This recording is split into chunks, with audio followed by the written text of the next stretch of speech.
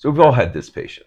You ask, what's going on today? And they respond with a 10-minute story, three unrelated complaints, and their entire medical history since 1987. And somehow their neighbor gets involved. Meanwhile, you still don't know why you were called. If someone starts an answer with, well, back in, no. This is going to be bad. Here's the problem. EMS doesn't fail because we don't gather enough information. We often fail because we can't separate signal from noise. And if you can't do that, your assessment drifts, your treatment gets delayed, and your handoff becomes useless. I'm Angry Bill, and this is Prehospital Wisdom. We understand that medicine's medicine, but pre-hospital providers like paramedics and EMTs have special skills, knowledge, and culture that make us a little bit different. Let's raise the bar here a little bit. I want to talk about how to take information from what you're being told and turn it into something usable. I want to talk about signal and noise. By signal, what I mean is the meaningful decision-driving information, the stuff that changes what you do. In contrast, noise is everything else. It's distracting, irrelevant, excessive, or poorly timed information. Here's some examples. You get a chest pain patient. The signal is onset during exertion. It's a pressure-like pain. It radiates to the arm. Diaphoresis. Noise is, I had heartburn in 2004. My cousin had a heart attack once.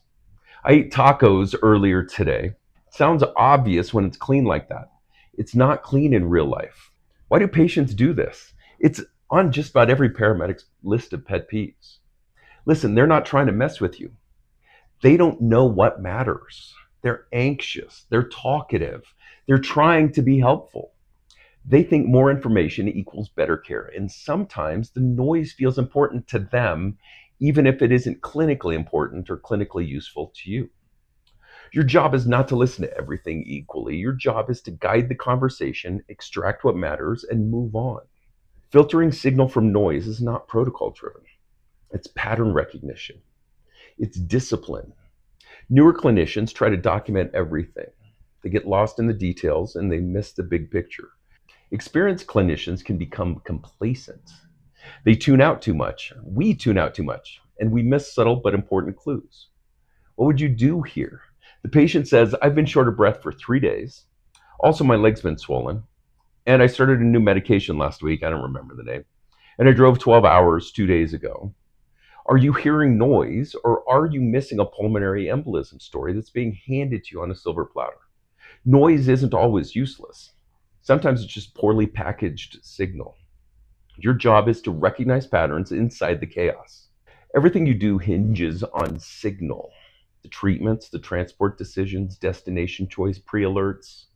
Think about a stroke patient. The signal is last known well, onset time, focal deficits. Noise is, they were acting weird last week. She didn't sleep well. If you miss signal, you miss the window. Think about a sepsis example. The signal is an infection source, fever or hypothermia, altered mentation, tachycardia. Noise is, she gets UTIs a lot. She was late for dinner yesterday. So filtering signal matters on scene. But here's where people really fall apart. It's the handoff report. You've heard these reports that are 3 minutes long. They have no clear point. They bury the lead. Important details are hidden in the middle somewhere. Hey, this is Doris. She's so many years young. She's allergic to you've already lost them. The ER doesn't need your entire assessment process. They don't need to rerun the call with you. They need distilled signal straight from you. Help them do their job. Get rid of all the noise. They want a tight focus report. 65-year-old male chest pressure started 30 minutes ago while walking, radiates to his left arm. He's diaphoretic. Vitals are stable. The 12 lead shows anterior STEMI. Aspirin's given, nitro's given, IV established, we're en route, 5 minutes away. Bad is, so this is a 65-year-old male. He has a history of hypertension, diabetes, and GERD. And he said earlier today he had some discomfort after lunch. And then after that resolved, you already lost them. It's already gone. If your report takes longer than your clinical point, you're giving noise. Stop it. On scene, ask focus questions. Onset, provocation, quality, associated symptoms, those kinds of things. You got to interrupt when needed, politely but firmly. Recenter the conversation. Right now, what's bothering you the most? One of the things I do is I kind of minimize myself and make the joke about me, make the annoyance me.